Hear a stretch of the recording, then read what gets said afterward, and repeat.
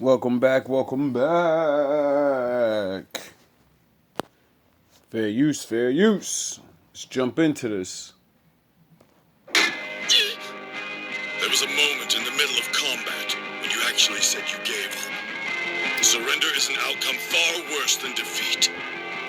I won't tolerate that kind of weak behavior from a Saiyan. Right, I'm so sorry. Never forget what you are, damn it. Where is your Saiyan pride? My Saiyan pride? What does that mean? It means strength. Strength is the only thing that matters in this world. There's only one certainty in life. A strong man stands above and conquers all. Forget his pride! But I can't! Huh? I don't think you realize how much honor means to my father. It's the only thing that keeps him going. It's what makes him a warrior. I'll try to make myself stronger, just like you. Set your sights higher. You got it. Not that I would ever let you surpass me.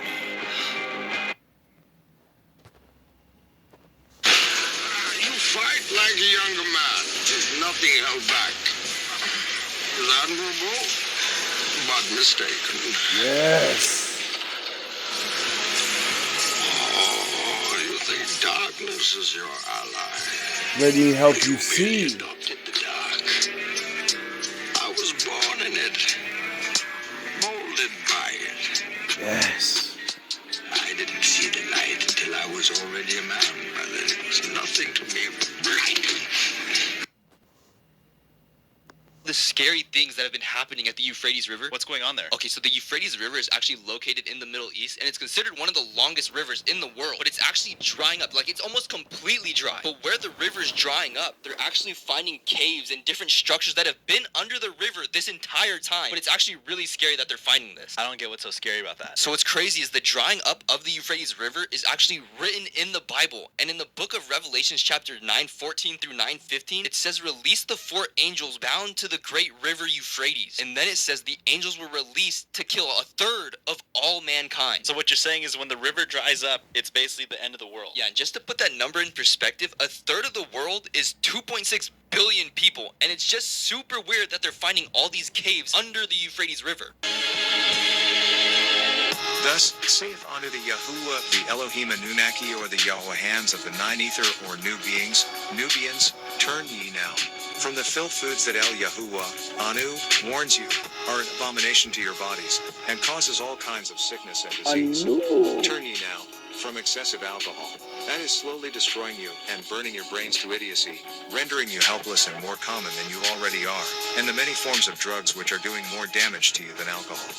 Turn ye now from integration, that is also slowly destroying you, and helps to further rob you of your remaining heritage. Integration is not freedom.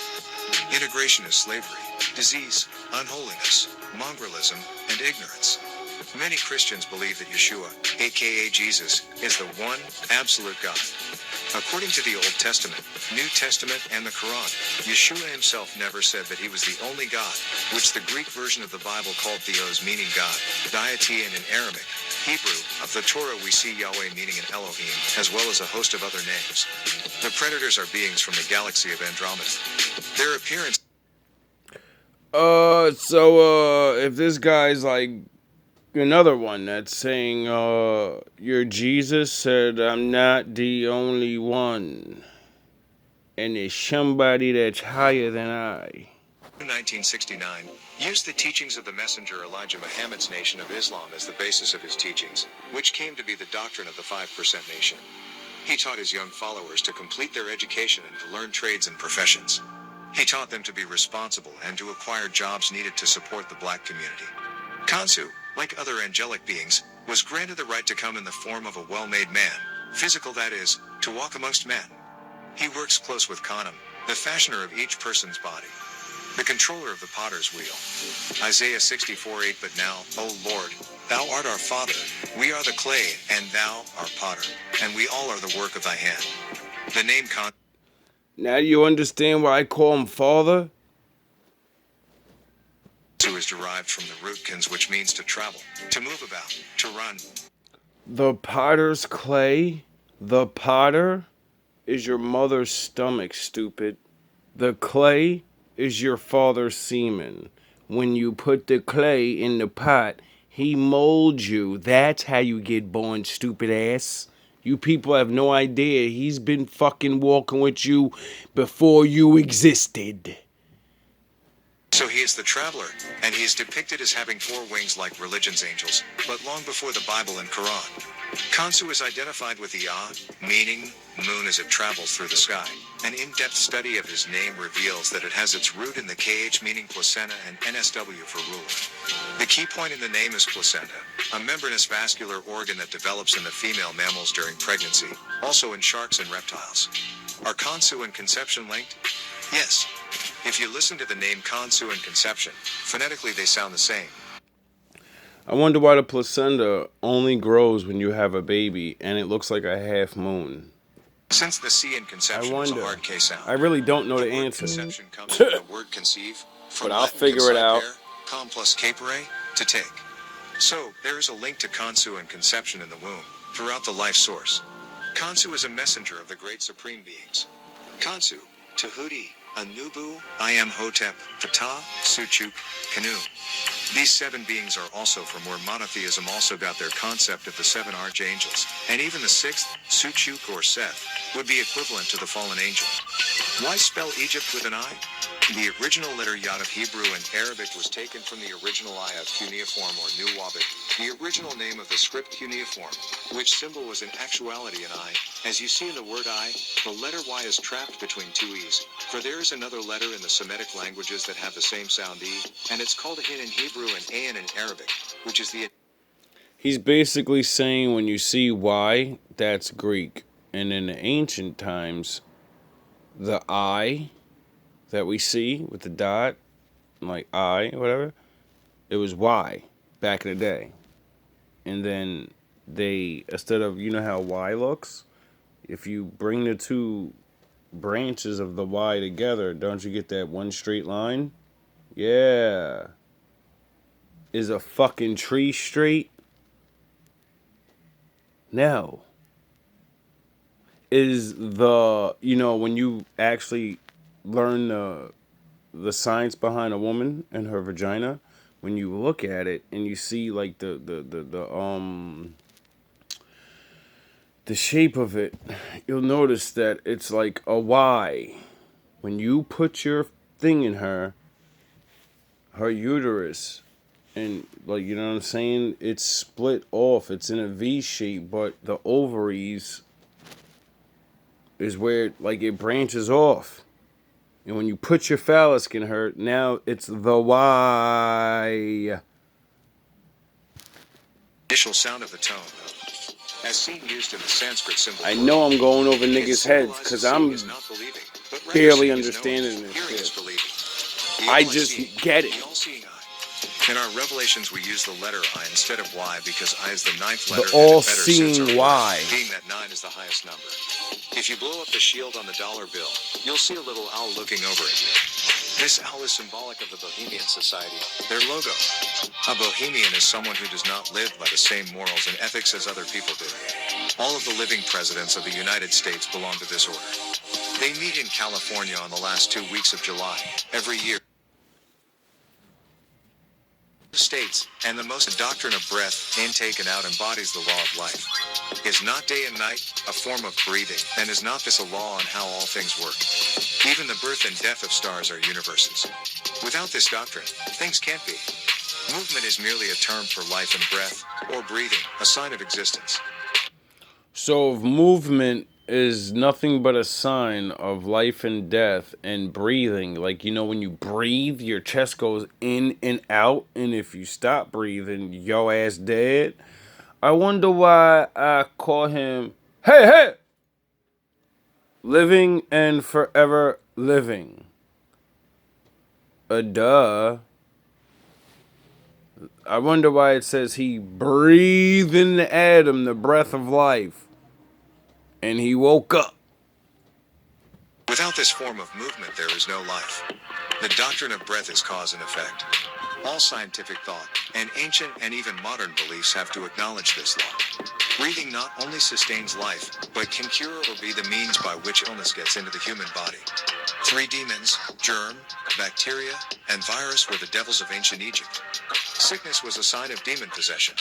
So breathing was a key to health or sickness, life or death. Yet, So if sickness in the ancient times was a sign of demons being sick, is that demons on you? Is demons germs, you fucking dummies? I wonder why the Most High said, wash your funky ass. I wonder why I said baptism is every day. Wash your funky ass. Brush your teeth. I wonder why when you work out, your body's strong and it fucking kills germs faster. I wonder why. I wonder when you eat healthy and all these things that fight germs. I wonder why they tell us this when we're fucking kids. the all creates beings that need to breathe, while in the body, but as the all return to all, the breathing stops. Movement stops, as you know it, from one point to the next. When all return to all, it will just be. No want, no will, no wish, no need, no me or you, him or her, yes or no, just all in all. What does the sacred scarab beetle represent in our sacred culture? The ancient Moors of Al-Qam, Egypt, drew from the sacred scarab beetle numerous symbolisms. One is of particular interest. The Egyptians must have been impressed with the drama of the scarab beetle rolling before them, on the ground, a ball of dung, the manurial excrement of animals and anything foul or abhorrent. Dung beetles, any of various beetles, of the family Scarabaeidae, that form balls of dung many times their size, on which they feed and in which they lay eggs. The Moors of Al-Qam believed that scarabs rolled their enormous spheres from the crack of daylight till the appearance of the sunset, and they saw in this, what they felt was a symbolism of the sun. The awakening sun in the morning was Kur, one of the god's names. The ball of the sun, which was the immediate cause of his life in the world, was supposedly rolled across the sky by the Cry, another of the god's names. Beetle that, of course, was identified with the creator. There is a big misconception when it comes to the truth about Nakash, the Whisperer, and his followers. That misconception, or lie, is that he and his followers of devils are spirits, ghosts, or spooks, as many claim today, or just white people.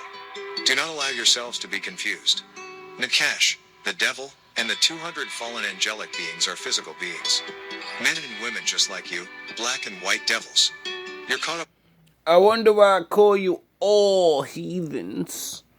I wonder why I don't discriminate on who the fuck is evil. I see you motherfuckers. My father trained me well. He put the magic glasses on a nigga. That skin shit don't mean nothing to me. I can see you people. You just don't see each other. Y'all just see skin. Y'all just see clothes. Y'all just see money. Fucking demons talking to you. You lay down with demons. You're laying down with them. You're sitting right next to them right now.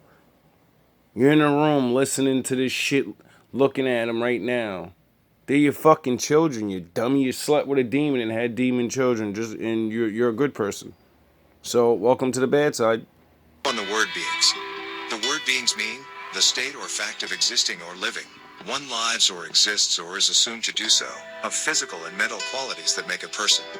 That is why they are called beings. Refer to 360 questions to ask a Hebrew Israelite.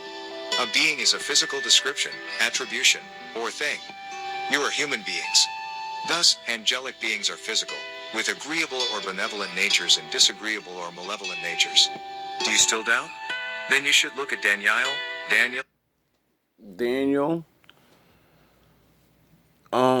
Describes a lot about, there's a lot of parts in the Bible. The prophets and stuff talk about, people are wicked and they're demons. And they got wicked spirits on them. Now, I keep explaining all these different things about how the Nephilim and the fallen spirits and all that bullshit. That's one thing. But when I call you a fucking devil, you don't understand the word devil means liar. Go look up the fucking definition, dummy. And when you find out that you're lying all the time about dumb shit, then you really see that you're a devil. 9:21, where it speaks of the angelic being Gabriel, Nusku, as a man, Ish, male living being. Then go further and read Yekekel, Ezekiel 28:14-18, Isaiah 14:12-21, Revelation 13:18, and Quran 72-6. These all Isaiah. speak of the devil as a male living being bound to dwell on the earth. Moreover, Genesis 3:15 says, "And I will arouse hatred in the midst of your descendants and Eve's, Nekebah." So if the Most High cursed Satan to dwell on the earth as a man, you know,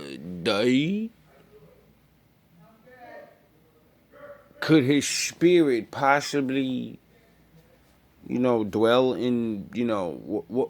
I don't know how the fucking game works. All I do know is the Most High doesn't play around. When he does things, it's weird. And it's never understandable completely by our mortal minds. And that's exactly how he likes it. And I get it, because it makes you choose or not to serve. When you don't know what's really going on, you only can go by what they show you. And then when you feel secure by how they will take care of you by showing you things, and, you know, then you get to choose, like, they've done enough, I guess, and maybe I need to trust this, because what the fuck? I don't need to know everything. I need to know. What did the fucking my boy point out from an old movie we watched together? Don't worry about if people love you. You make sure they're doing right by you. I said, oh shit, dog, that's some Most High shit right there. I said, I gotta think about that, cause I sure do want to be loved. And I said, wait up, but I want people to do right by me. If I only can choose one, which would I choose? And I said, fuck love, I'd rather people do right by me. Descendants, your hate will be cunning and conniving as to approach. Now you see that coming off? As a snake when it bites, and their hate will be to bruise your heads. Right translation from Aramaic by Dr. Malachi Z. Yorkel. The wedding of Yeshua bar Miriam, aka Jesus son of Mary, took place in Cana in Galilee. The reception was in Bethany at Yeshua's own house. The reason why it was not recorded was because the Essenes vowed celibacy. It would have been a travesty to hear that one of their own had defected and married other that with the approval of the Rab, the head of the order, for the sole purpose of reproduction. Bethany is where he lived with Martha, Lazarus, and his wife Mary Magdalene after the wedding. When he defected from the Essenes village, Lazarus, his student, took him in. This was many years before he knew that he would marry Lazarus' sister. So he's basically saying Jesus had a wife. I mean, I kind of said that in a video a while back, because I always wondered that in my mind. Like, if this guy really walked, but it ain't that guy's name, would he have a wife? Because, you know, the Most High made Eve for Adam, and that was destiny for the flesh. And, you know, maybe if he sent his son down, or himself down, wouldn't he take a wife and then teach all men how to do it by example? Like, look, this is how you treat your woman, and there's no excuses. I don't want to hear that shit. I'm up there giving you instructions. I send myself down there, become my own son, and show you dummies step by step by step by step it all could be done. And I'm not really in my Most High form. Like, it's a fucking projection of him, you dummies. Or it's a person that's in the bloodline of Adam, and they get born under the law, and he puts himself on them or something. Like, it always keeps saying that he comes on to the prophets, he comes on to David, he puts fucking strength in the people. Maybe he downloads a piece of himself into this person or some shit, and they get like all of him. That's why they're walking on water and fucking fighting demons and all this, because I'm just walking. I ain't got no goddamn powers. This is just pure thinking and reading and remembering shit. This ain't no. An outstanding detail in the book of Revelation is its prolific use of That's numbers. how I know nobody the was usage the of Most certain High. numbers is found throughout its We text. ain't allowed to have However, powers. no number is used more than the number 7. The number 7 is very significant and prominent in the book of Revelation. Revelation mentions 7 congregations, Rev. 1 to 4, 11, 20, candlesticks, Rev. 1, 12, 13, 20, 2 to 1, thunders, Rev. 10 to 3, When he 4 says Rev, stars, Rev, 1 when he says Rev, he means Revelations. 16, 20, 3 to 1, souls, Rev, 1 to 4, 3 to 1. And everything he's saying where it is in the Bible, and then he's naming the thing, and the thing he names, it's 7 of that thing. That's how many times 7 is in the Bible.